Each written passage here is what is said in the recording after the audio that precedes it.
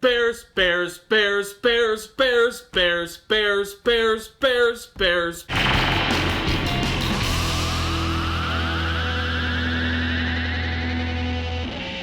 Gundam Build Divers returns with another episode which is going to be highlighting the super popular Beargguy, which is a mobile suit which was made very popular in the very first season of Gundam Build Fighters, where the main female lead of that series created her very own variant on the Guy, which was an underwater mobile suit scene from the original series, but has recently been transformed into a super cute robot bear of pure destruction. And if there's one thing that the Gundam Build series loves doing, it's showing off the Beargguys. I mean, it's hard to ignore the fact that they're incredibly cute and adorable, but honestly, I felt like I was getting diabetes from this episode. It was so sickeningly sweet.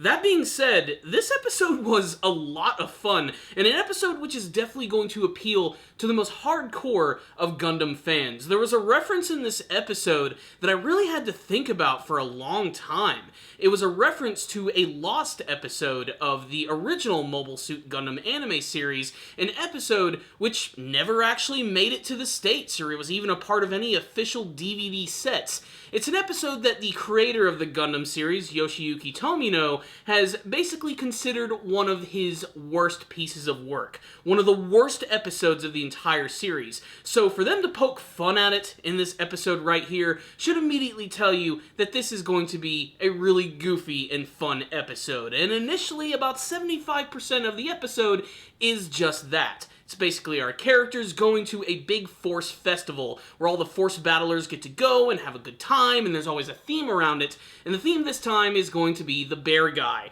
They're all over the place. People are dressed like them, they're selling stuffed animals, and even the main characters themselves wear these really big, goofy, fuzzy hats, which basically looks like they're wearing a Beargguy head. And a lot of the humor comes not from the fact that they think everything's just super adorable, but from the fact that Ayame, the ninja girl, desperately does not want to be seen in front of these Beargguys, because she thinks they're really adorable, but she's trying to keep the whole persona of being a super cool ninja girl. And of course, this conflicts with her a lot throughout this episode, leading to a ton of amazing humor. But really, this episode is all about the sight gags, and of course, all of the callbacks to the original Gundam anime series, as well as all of its sequels. Something that the Build Fighters series has always been really good at, but this one right here particularly excelled at it. This was the type of an episode that when I watched it, I just kept going, ooh, I know that! That's funny! That's a great reference! The white base is now a giant white castle! They're riding on a roller coaster which has the head of the Opsilis from 8th MS Team! Patrick Colasar got bitch slapped and he's hanging out in a freaking teacup ride from Disney World! It's stuff like this that ends up making this episode really fun. That, and I have to say, the actual whimsical setting of this place that they go to, which is just completely drenched in all of this Beargguy stuff, has got to be some of the best looking stuff that I've seen from the series.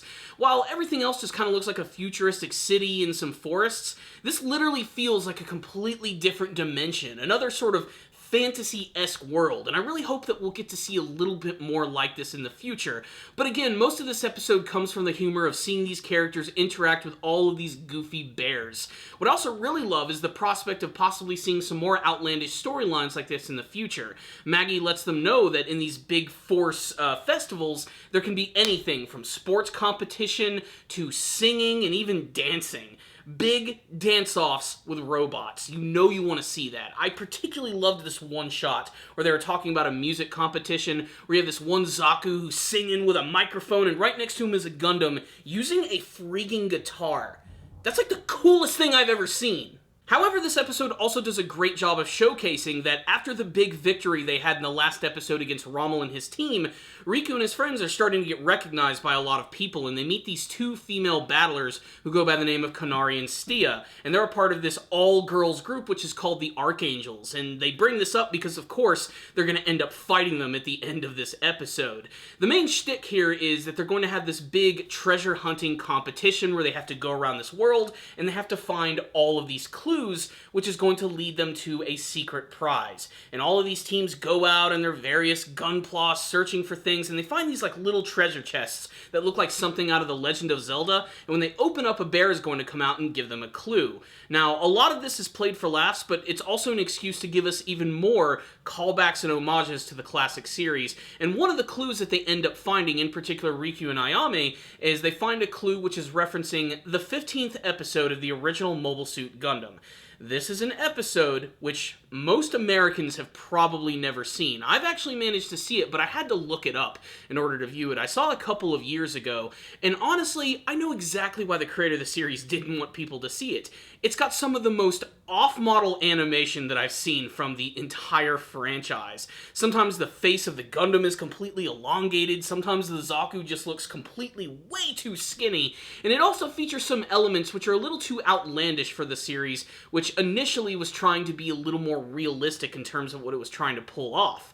That being said, the episode itself was not that bad, but Tomino was very embarrassed by this episode, but I love that they're able to poke fun at it in this episode. Even Riku himself recognizes the very infamous episode when they get this clue, otherwise known as Kukuru Doan's Island. It's a rare episode that if you've never had an opportunity to see, just check it out if only to see the unique storyline and some of the weirdest artwork that you've ever seen from the original series. But I love that they called back to that. I just thought that was really great. But what is a nice little twist about this episode, we get this little competition with Riku and Ayame going up against Kanari and Stia at the very end of the episode. They're going to this Zaku-shaped island where they're going to find the big final clue. And this one girl by the name of Stia, throughout the entire episode, is already kind of weird when you meet her for the very first time. She seems a little unsure of herself, a little trigger-happy, and by the end of this episode, she does not want to lose. She's already made a couple of mistakes with her group, and she feels that if she continues to do this, she's eventually going to lose their trust, she's going to be kicked out of the group. Basically, she has to prove herself in this moment, and in an act of desperation, we get to learn that she has a brake decal. She is actually using the illegal tactics to power up her gunpla, which initially takes the form of the quadrupedal Baku from Gundam Seed. That's her first clue to let you know a little bit about this character. She's really moody, kind of depressing. Of course she's a fan of Gundam Seed. But what I do love is that when she uses the brake decal, the Baku transforms into her signature Gundam, otherwise known as the Gaia Gundam. But however, when this happens, it ends up actually affecting the world around them. There's giant cracks in the sky. Basically, it's a massive glitch, and she loses control, but luckily Riku and Ayame are able to stop her, talk her down, and she even manages to reconcile with her friends, realizing her mistake, and everything has been saved since the power of friendship and gunpla is the cornerstone of this entire series. It's a little cheesy, but cheesy in the best way possible. There's also a post-credit scene in this episode, which definitely is going to be building up the next one, where Doji the Ogre Boy, the brother of Hellfire Ogre, looks like he's going to be meeting up with that mysterious hooded figure. And I also love the fact that they're not being too, subtle about it, but it's still obvious that Ayame is working with this guy, and eventually she's probably going to end up betraying him, becoming a true official member of the Build Divers team. But that's all speculation, who knows what's going to happen. What I will say is, what's the rundown on this episode of Gundam Build Divers? Despite its cutesy exterior, this was an episode which was made for the hardcore Gundam fan. Whether it's just the backgrounds themselves, the little details of the giant white castle that looks like it belongs in a fairy tale, having the top portion of it be the bridge of the White Base, the big signature battleship from the original Gundam. It's little moments like that that make me love this series and sort of validates a lot of the constant homages which are always being thrown directly in your face. But this episode was just pleasant. It's hard not to enjoy these characters when they're obsessing over the cuteness of all of these bears. I have to admit, I'm kind of sick of the Beargguy at this point for only how much it's actually been featured. It makes me really glad that Momo is not going to get stuck with another Beargguy, but the fact that she's going to have her signature on mobile suit, the Momo Kapul, while it does have a lot of the elements of the Beargguy being very cute and adorable, it's still its very own thing. But if you just love the Beargguy, prepare to love this episode, because it's just got all up in it. That and just a lot of the humor of this episode came from Ayame. The fact that she does not want to be seen enjoying this. The moment where she thinks she's alone and finds one of these cute little bear guys that walks up to her, she just melts and starts hugging and petting it. She just cannot control herself. It's really funny. I also really love the fact that Koichi and Ayame sort of seem like the surrogate parents which are looking after these kids. It's really funny. It's like daycare for them. They're definitely, I think, the oldest of the group and the most mature. So I can't wait to see a little bit more from them in the future. Otherwise, this was just kind of an okay episode. Not reinventing the wheel or anything, but like a lot of the classic episodes which are really entertaining just for entertainment's sake, this episode hits it home. It's got good production value, a surprisingly fun battle at the end, some amazing callbacks to the series, like the fact that Stia herself kind of reminds me of the character of Stella from Gundam Seed Destiny. Her overall motivation, the only difference is, unlike that series, it doesn't end completely tragically. That, and I still think it's really funny how these characters take this world so seriously when things start to go wrong and everything just erupts into chaos. Nothing really bad is going to happen to them. They're simply in the middle of a virtual reality video game. But I love that they always play it up for seriousness. It's just the par of the course for this Gundam anime series. Really, what more can I say? This was a solid addition to the Gundam Build Fighters mythos, and a nice little breather before we move on to the next major arc of the series, where things look like they're going to start to finally get a little more intense. That, and I'm finally starting to realize why this Gundam feels so different. In the first 2 seasons of Build Fighters, we already had this initial goal, like already set by the second episode of the series, which was a big upcoming competition. We had rivals, we had something to strive for.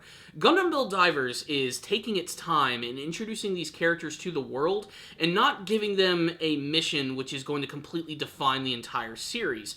They're sort of playing it by ear this time. They're exploring the world, slowly, absorbing it, to the point where this could end up going on a lot farther than 25 episodes if they really wanted to. This could end up being 2 seasons where the stories are actually connected. And the way things are going in terms of the pacing, honestly, I'd be okay with that. That being said, I wouldn't be lying if I didn't think that they really need to start getting this story moving a little bit more, because we're like 7-8 episodes into this sucker, and in the first 2 seasons, we had already had like preliminary matches. We were moving into the next big tournament of the series. Here, they really are taking their time, but I still have a feeling they have something different planned for this season. A lot of that is probably going to involve the mysterious character of Sarah. I don't know how they're going to implement that, but hopefully it's not too sloppy. All I know is this was still a really entertaining, super fun, and of course adorable episode of Gundam Build Divers, which is why I am going to give it a 4 out of 5. You guys definitely need to check this episode out if you are following the series. If any of you guys did watch this episode of Gundam Build Divers, let's talk about it in the comments section below. Are you guys a fan of the Beargguy mobile suits? Did you have any favorite scenes from this episode? What about Patrick Colasar's hilarious cameo in this episode? Tell me all your favorite moments, the things you didn't care for, and what you hope to see from the rest of Gundam Build Divers. Thank you guys for watching this review. Please subscribe to the channel for more awesome anime reviews. I'm reviewing a ton of shows this season, so make sure to check those out and share them with all of your friends. I'll see you guys next time. And as always, stay down now, baby.